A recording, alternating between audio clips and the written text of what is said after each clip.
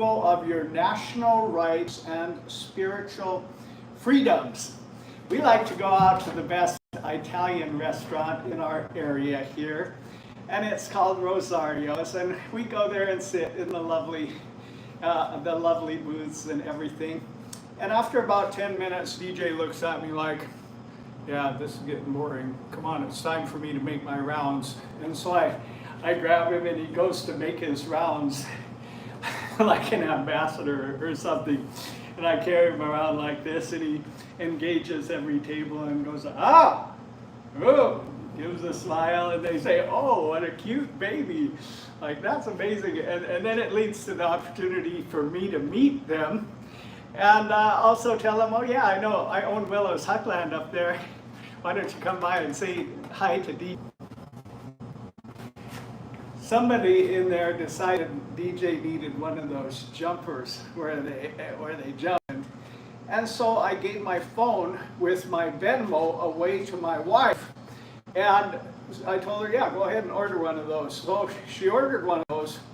But then I'm seeing all these other receipts on my Venmo. Something from Wayfair and something from Amazon and all these other things. And she's protesting, and then the next part of the gig was, oh DJ, tell Daddy thank you for that new necklace and that new bracelet. Oh, tell Daddy thank you for this and thank you for that. See, I thought that I had the right to determine what our family spent. Like, I'm the father, the head of the house, the provider, right? But the moment I gave away my phone to my wife with my open Venmo, there came a lot of other things on there that I never anticipated being on there. Thanks for that comment on YouTube. And that's the way it is for us as American citizens. Nobody is going to magically take your rights away unless they can get you to give them away. And that's the first point. Nobody is going to magically take your rights away unless they can get you to give them away. I was rudely wakened up yesterday when a couple from Canada with a lovely family came in and were shopping. And somehow or another, they saw this shirt that I made where it's got Biden and Pelosi saying, okay, give us your guns. And it's actually got me on there in a Doc Holliday pose saying, I'm your Huckleberry. And they said, we love that so much because in Canada, the government conned us into giving up our guns. And within a few months, then they were putting us in jail if we were being public about our Christian faith in any manner. We'd either get fined or get put in jail. And they told me, if you give up your freedoms, or if you give up your guns, then you will give up your freedoms. And I thought, wow, that's only 90 miles to the north of us, and that is happening? If that can happen 90 miles to the north of us, it can happen here. And that is the truth, folks. So today, we're going to talk about the systematic removal of your national rights and spiritual freedoms. I have ministered in Russia on many occasions. I've been on television playing music in Russia, both in Yaroslavl and in the Black Sea region, where I ministered at a model's place, and I was out on the runway with all these beautiful models around singing my songs. You know, I used to sit at a bar up here in Martin City, Montana, and, well, the girls aren't as pretty as that. And I thought, God, this is all right, man. You're doing good with your... And conducted a Bible school that met 3 times a year. And they did not have the privilege of freedom that our forefathers handed down to us.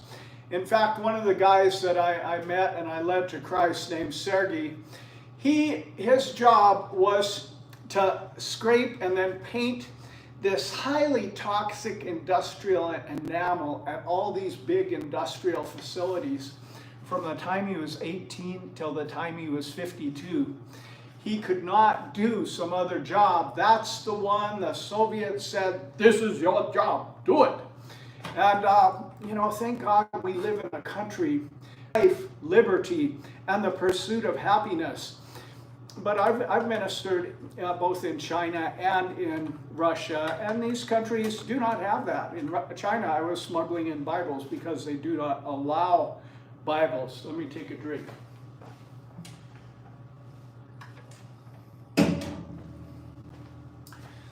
But the home of the free, the home of the land of the free and the home of the brave, we do have freedom and we do have rights.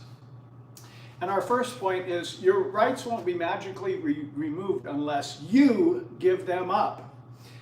And the two rights that my friend from 90 miles north of here told me that they went after are clearly found in our Bill of Rights. And the first one is freedom of speech. This also entails freedom of the press, freedom of religion, freedom of assembly, and the right to petition the government. This is freedom of speech. And the second is the right to keep and bear arms. So those are the two primary rights that you will find as an American that the government will try to be taking away from you. And this is how that systematic removal of your rights will take place. Number two, the second point, your values are reshaped by social media and mass media / news networks and movies. Your values are reshaped by social media, mass media, news networks, and theater. Now, our text for today is Romans chapter 12, verse 1. Be not conformed to this world, but be transformed by the renewing of your mind through the word of God. So, in our day and age, this is a time to be not conformed to the world more than ever before, because part of the conforming to the world that is happening today involve a removal of your rights. So, the first thing is the large social media platforms promote values which they hold dear, and if anyone posts anything different than the ideology they consider to be normal community standards, then that account can be deleted in the worst case or restricted in lesser cases, and in other cases, material not in favor with them can kind of be buried and receive little or no exposure. Honey, your phone is low on battery and we need it to keep going. So, hi Rick, how are you? Can you do something with your phone? If you can, please do, because it'll be dead in about 20 minutes. Okay. We have all heard of peer pressure and have a tendency to gradually conform our behavior to that which is either applauded or looked down on. Are you going to give me a like on my social post? Or are you going to give me a dislike or even show one of those mean, ugly faces? The two biggest influencers of humanity worldwide are both headquartered in the greater San Francisco area. One in Menlo Park and the other also there. Now, Quora said that San Francisco is the most liberal city in America, more liberal than New York or Washington, D.C. Being a conservative or even Republican in San Francisco would be very out of fashion, to say the least. 91% of liberals are Democrats, and even among the moderates, 53% are Democrats. You want me to change that one? You can't, well, let's try to keep it going. You don't have a power bank? No. Well, I don't know. Well, I guess we'll keep it going until it runs out.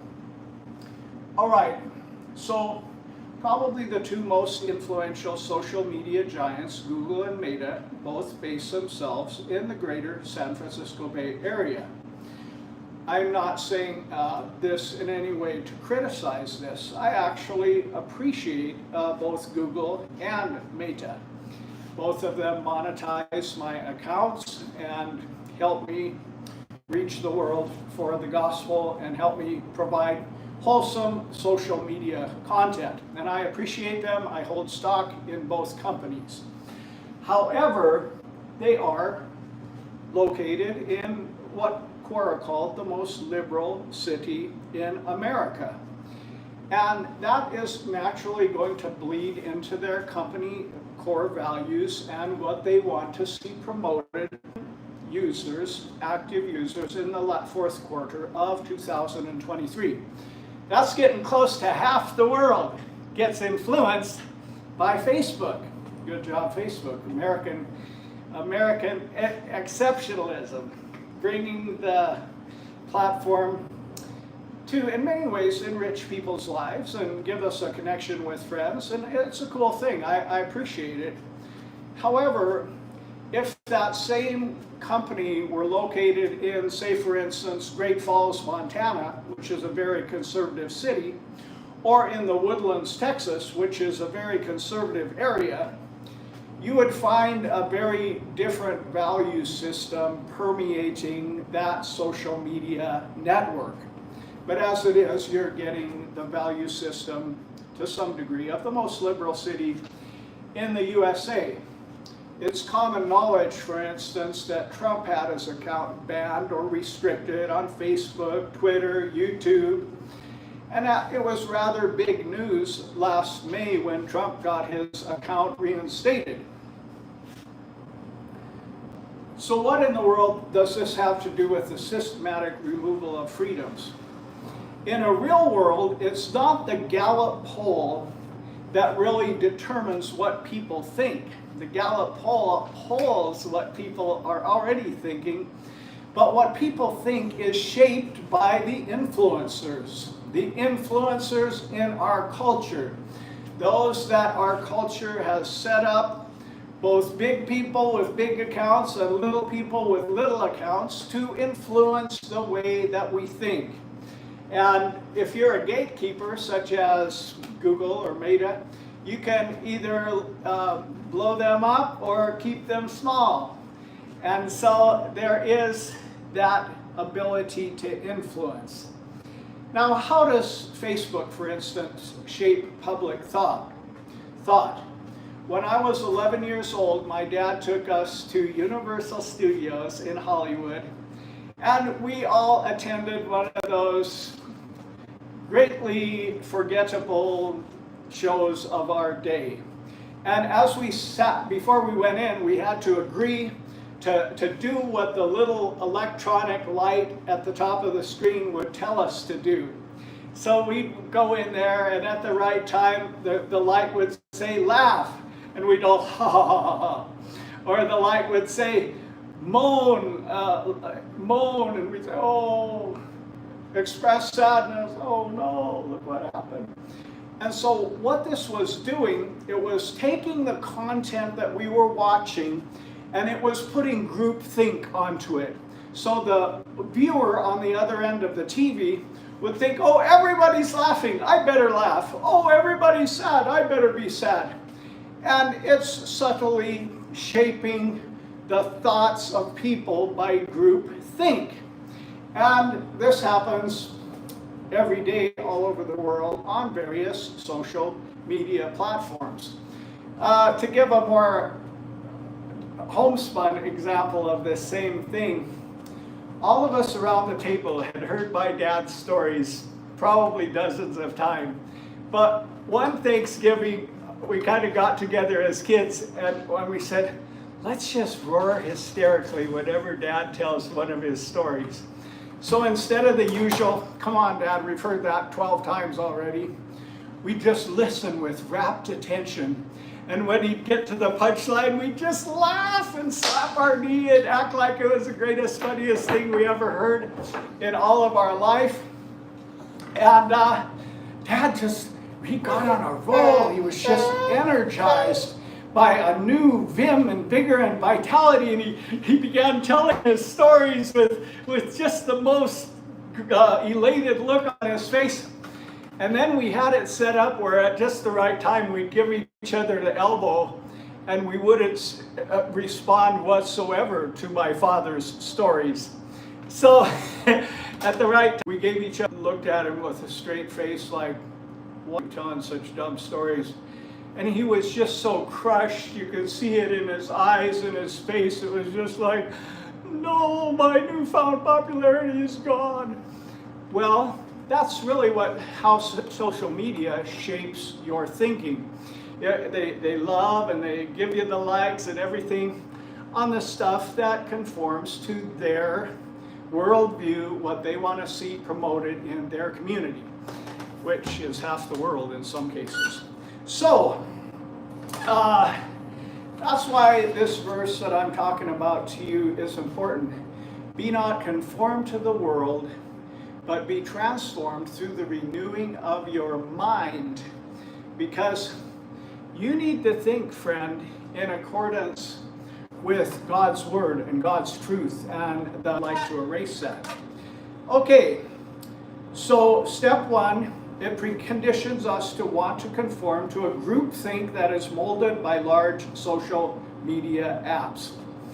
I found it interesting that somebody in our culture wanted a social media app where you could actually post conservative thought, where you could actually post Republican thought and not get censored or taken down for 30 days. So Elon Musk purchased Twitter and said, all right, now you guys can say anything you want. Now it's not a partisan platform. Now you can express yourself freely.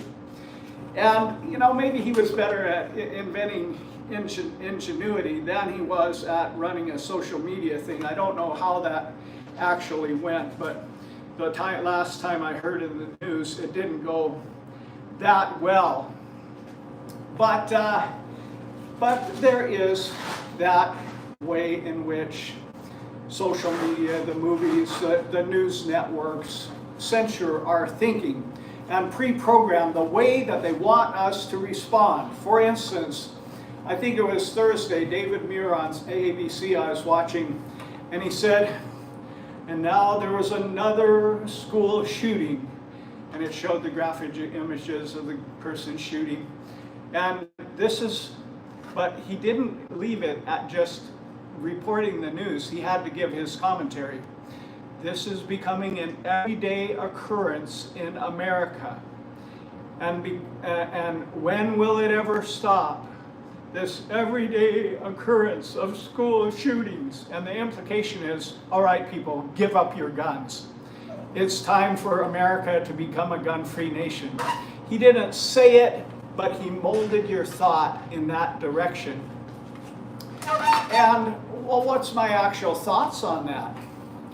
My actual thoughts on that are, in the main shooting, there was a vivid account of how this hero saved the day, and the guy came into his little pub and started shooting everybody, but the courageous shopkeeper went after the guy with a knife and got quickly shot down. But he did it. I'll tell you, folk, if somebody comes in here in Huckland and starts shooting, I'm not going after them with a butcher knife. I got a 44 behind the counter, and I'll take them down in a Texas minute and save people's lives. I'm not going to be reprogrammed by ABC, NBC, or anybody else that I need to let the government take care of me. You know what happened to me? Once marijuana was legalized in Montana, a bunch of potheads broke into one of my trailers here on the property, and I came back from Austin and found them living in it. I called the police and said, hey, some people broke into my trailer and they're living in it. The police told me, we can't do nothing. The jails are overflowing. What are we gonna do? Come and slap their hand? And now the molders of social thought are telling me that in order for us to have a America, I've got to give up my guns. Like, for real? And then those same potheads, they got into my son Josiah has a little bit of autism and mental illness going on, and they got into my son's house and they found a way to move all their stuff in and to kick him out of his bedroom and to live in his bedroom. And he gave them several ultimatums to leave, and they did not leave. So again, I called the police. Hey, I've got a weak-minded son, and people have moved in against his will and have taken him out of his bedroom. And again, the police told me, we can't do nothing. The jails are full. What are we going to do? Come and slap their hand for you? And I thought to myself, well, if the police won't do nothing to support my rights or his rights as a homeowner, then they're also too busy to persecute me. So I got my fighting clothes on. I used to be a fighter. I know a thing or two about fighting. And I had my shorts and my tank top, and I was ready to go, man. And I crawled in the window of the house, and I grabbed these guys, and I said, you're out of here, and threw them out. And they said, you can't do that. We have rights because we've come into this house and we have our stuff here.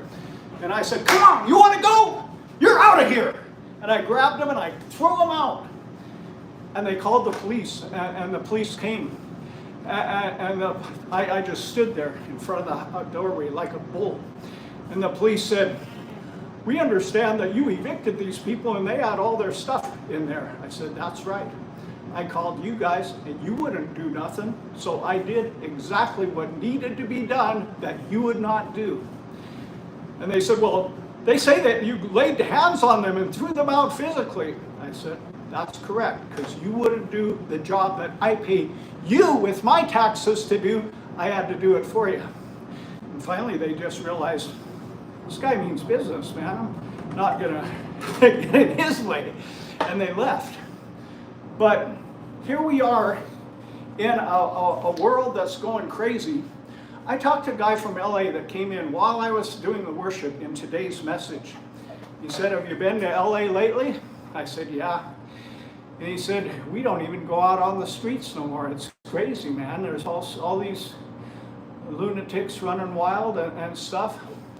And I read something that the city of San Francisco, for instance, that has purposely turned a deaf ear to drugs because it's a big money thing in their community, spend huge money to have people go around and pick up all the hypodermic needles and all the feces that's on the street.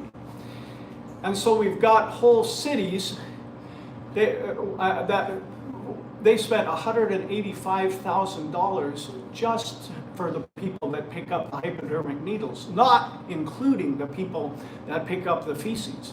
So we've got whole cities that are out of control like this, and they're wanting us to lay down and give up our right to protect ourselves, give up our guns. I don't think so. All right, let's continue. So, first of all, in the process, what I'm speaking about is the systematic removal of your national rights and spiritual freedoms. So the first step is, the first point is, you cannot magically have them taken away from you. Our Constitution guarantees to defend our Constitution from all threats, foreign and domestic. In fact, Mary's training to be a citizen, and that's what she is learning, that if you become an American citizen, you're obligated to defend the Constitution from all threats, foreign and domestic. And then the next part is our thinking is shaped by social media giants and by the media and by the theater. Mary and I went to a movie. We like going to movies, and it was all about these two young men and an adventure and everything. And it turned out to be 100% LGBTQ evangelism, and they were showing how happy these these two young animated characters were, and how it was all about them affirming their identity and everything to each other. And what was that called? Beyond something or other? Do you remember? But I remember thinking, wow, look at what my culture is doing to my head. Look at what Disney is wanting to do to my head. Totally reshape my values because of this movie. And don't get me wrong, if you want a quick comment on that, I have been very compassionate to a lot of LGBTQ individuals. I have cared for them. I was a sponsor for one of them in a recovery program, and they'd tell me, man, I'm really getting tempted to look at gay porn, give me some, and I'd write them back and I said, I am not your homophobic guy. Oh, look at that guy. He doesn't like that. No, I care for them, I reach out to them, but nor do I want my country's national platforms changed to accommodate only that. That's the here in the Flathead Valley, the canons that were on the board and all the transgender thing you see in our local Imagine If libraries is the books promoting the gay lifestyle. And I think that brings a lot of confusion into our culture and into our young people. And I am not wanting to see that promoted on a national scale. Well, before I get myself in further trouble, I'll keep going on. Okay, so you and I need to be faithful citizens of the USA who do not give up our constitutional rights guaranteed by the Bill of Rights and who defend our constitutional rights. There are those who would like to erase every vestige of our Christian heritage and rewrite our nation's codes immediately. I commented on something on Facebook, I believe it was, and I made a comment to the nature of, well, I'm against this because we have been given historic values by our founding fathers. George Washington was a praying man. Our founding fathers, the Pilgrims, they espoused the Bible and stuff like that. And the person wrote back in the comment, we don't care about all that 17th century religious dogma. We have new values and a new way of thinking. Well, it's America. We've got freedom of thought, and I do not deny them that freedom of thought, but nor do I wish to be cornered to where my freedom of thought and expression is now going to be put in jail like it is in Canada. So we need to keep our next point. Okay, our next point in the systematic removal of our freedoms. Step number 3, get people stoned. Let marijuana use become prevalent in the society.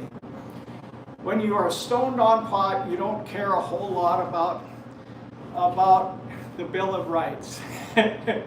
I know because for 6 years I was a stoner. I went from caring greatly about my baseball, which some said could have been professional, to not even going out for the baseball team. All I cared about was the munchies. Oh man, I got the munchies. But I'd smoke pot 3 times a day and get into so much of that. Hey buddy, how you doing out there? Hey, how are you? Good to see you. How you been? Good. You're welcome to shop around, and the store is open, but we have a little Christian service on Sunday mornings we stream, so that's what I'm doing. Okay. But feel free to do your first 6 years. I didn't care nothing about that. Sometime we'd get loaded and talk about deep existential things or play music and enjoy the creative vibe it gave. But our desire to do what was right for our country, it was nowhere around, man. Just pass the joint, pass the bomb. So I believe that's another step in the taking away of our personal rights and religious freedoms. Get everybody stoned. That'll do it. He needs to check out. And so I like the movie William Wallace, Braveheart, because at a critical time in his journey, when he was in the cell about to face the torture, the princess came in and said, I've got something to numb the pain. Please take it. I can't bear to see you tortured without a medication. So she gave him the medication, and as soon as she left, he spat the medication on the ground. And he said, I gotta have my wits about me. I got to be able to think clearly. And sure enough, his execution was awful. And they said, you can remove all this torture if you just say, I'm allegiant to the king. And instead he belted out the mighty phrase we see in the movie, freedom! Well, he had his wits about us. So friends, you got to keep your wits about you in this time.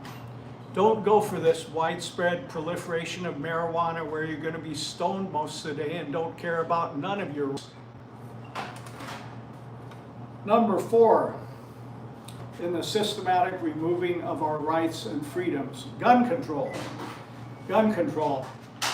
Then they're going to want to take away first your handguns.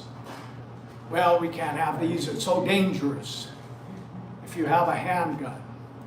And so then they're going to want to begin infringing on your right to keep and bear arms. The second part of the Bill of Rights, the right to keep and bear arms. And my friend that sat in this store, stood in this store and told me what Canada did is they got us to give up our guns, and then we can't even have knives that open too quick. That's not even legal. He showed me this little knife from a Cracker Jack box, and he says this is all they let us have now. Took away their guns, took away their weaponry, and the next few months they made a legislation that if you are a Christian and you share about your Christian faith in public, you're going to jail or you're going to get a fine. See, they took away, and he said to me, and it's on both my YouTube and my Facebook if you want to see the little interview, it's a 1-minute short. He said, don't let them take away your guns because next they're going to want to take away your freedom. And sure enough, that's what happened in Canada, and that's what's wanting to happen in the USA. First, the media gets our minds preconditioned that, oh yeah, this would be a good thing. And then the actual, remember my first point, like giving up my phone? You can't magically have your things, your rights erased. You've got to give them up. So what I'm telling you today is don't give up your right to keep and bear arms. Well, what about these guys with the machine guns that go into a school and shoot up a school? Well, first of all, a member of the ACLU, a communist, started that, who wanted to infringe on American rights, remove prayer from the schools, removed I pledge allegiance to the flag of the United States of America, one nation under God with liberty and justice for all. Removed all that, removed a looking to God for a covering and a help and a strength, and took prayer out of schools, took God out of schools, took 10 Commandments off the courthouses. These things contribute to the widespread shootings that we are seeing. Now, I am a little bit concerned also about the machine guns. I went into a shop in Idaho when I was fishing, had a whole lineup in this pawn shop of high-grade military quality machine guns that were selling to the public for $3,500, $4,100. Why do we really need to own that? President Biden says it's not for hunting. You know, there may be some legitimacy to that point. I would certainly concur with a very detailed background check before letting something like that out. But some people get these items because they feel the government is about to encroach on our rights even more. We in Montana, we see the Chinese spy balloon go all the way across our country, taking pictures of all our military installations, and our inept president doesn't even shoot it down or do nothing until it had finished its mission and it was leaving the US of A. You know, that makes some of us feel like we might need a bigger gun. You know, that's pretty wild. We see down in Texas, on a plane, I sat with a guy whose mission was to save dogs. He said, I just got back from the border down in South Texas. And I said, well, what'd you see down there? He said, well, I went a year ago, and people, all there was left was a little barbed wire fence that people could easily trample over, and people were just trampling over it at will, coming in at will. And I said, well, what'd you see this last time you just got back from? He said, well, Texas has stepped in and decided if the government is not going to do the job, that we are going to do the job, and they are turning people back at the border. They're using their state powers to turn people back. So not only did Biden know that this was going on, but he promoted it going on. There was agencies that went down into Mexico and even saw people handing out cards to the people that wanted to work. Why in the heck is our US president not upholding our borders and our laws of immigration? With Mary, I had to go through 41 pages and 3 interviews to get her in. But now we've got a president that is actively bringing in people illegally? Like, what the heck? And when Texas shut him down, his next deal was he started flying in people. One day, it was estimated 600,000 from China, from all different places, flying them in. And Apple News on, I believe, Thursday said now he has given them insurance. He's given these illegals that he has flown in insurance. I've worked all my life hard as a carpenter, and I could never afford health insurance because I make pretty good money. Health insurance for me is like $490 just for me, and that's not even my family. And yet my president is giving illegals that he smuggled in illegally insurance off my tax money? It's not right, man, and it makes some of us angry. Well, so don't give up your right to keep and bear arms. This is a U.S. constitutional Bill of Rights.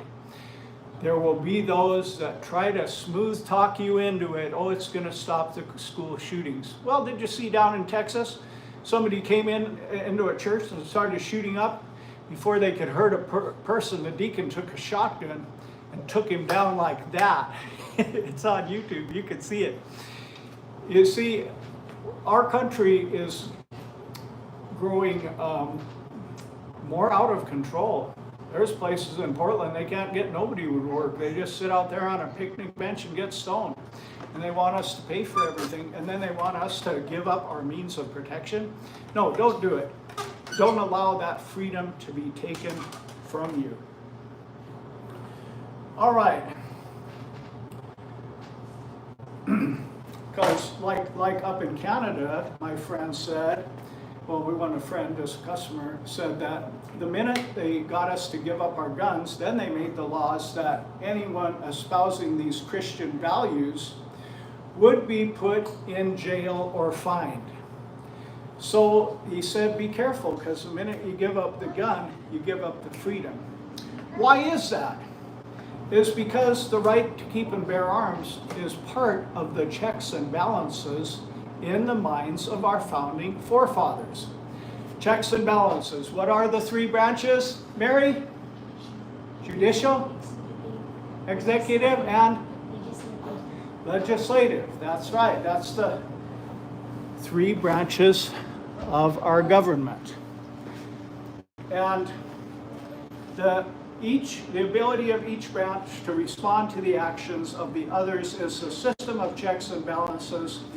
Each branch of government can change acts of the other branches. The president can veto legislation created by Congress. Good.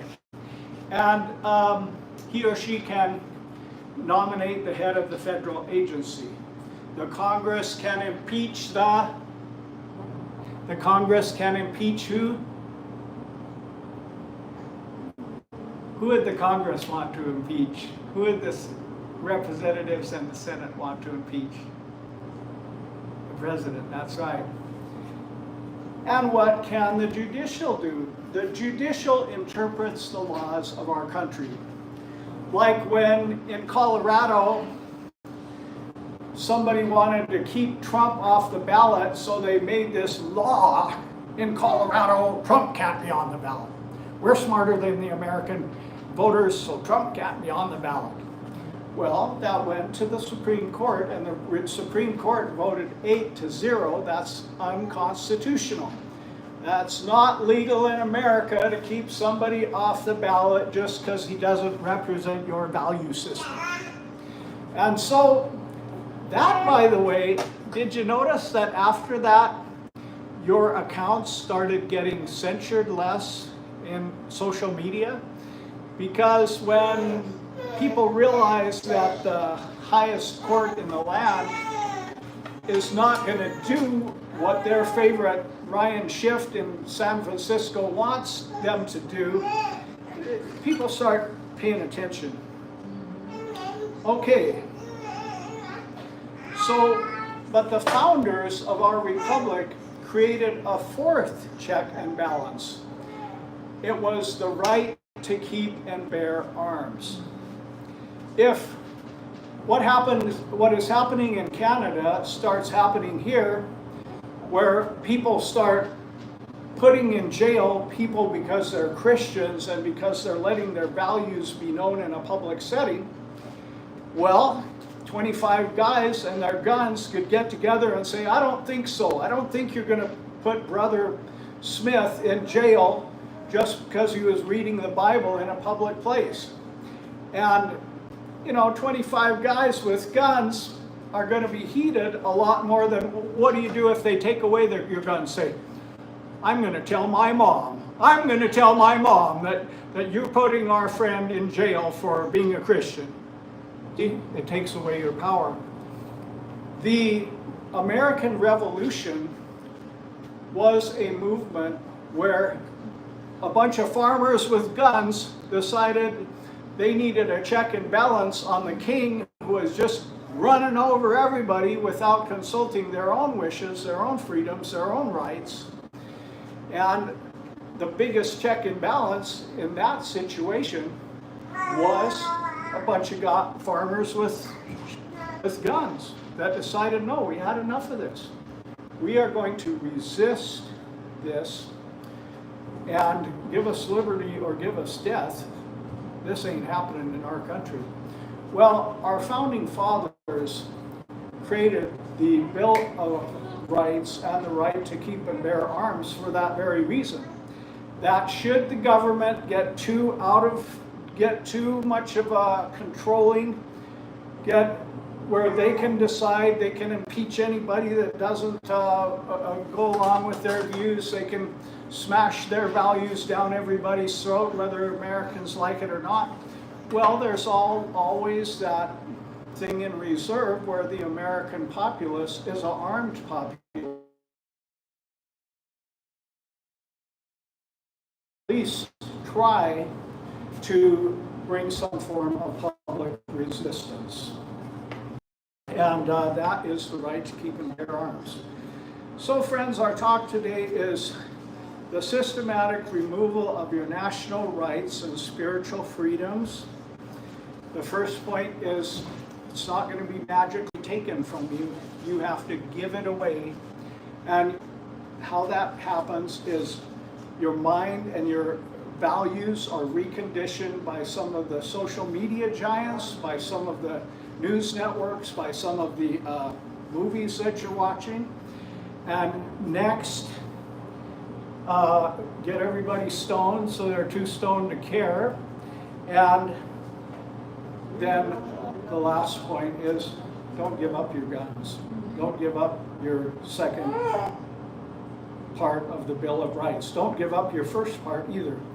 The right of freedom of expression, freedom of the press. And those are my thoughts. I hope it did something for you. And God bless you. Okay. Bye.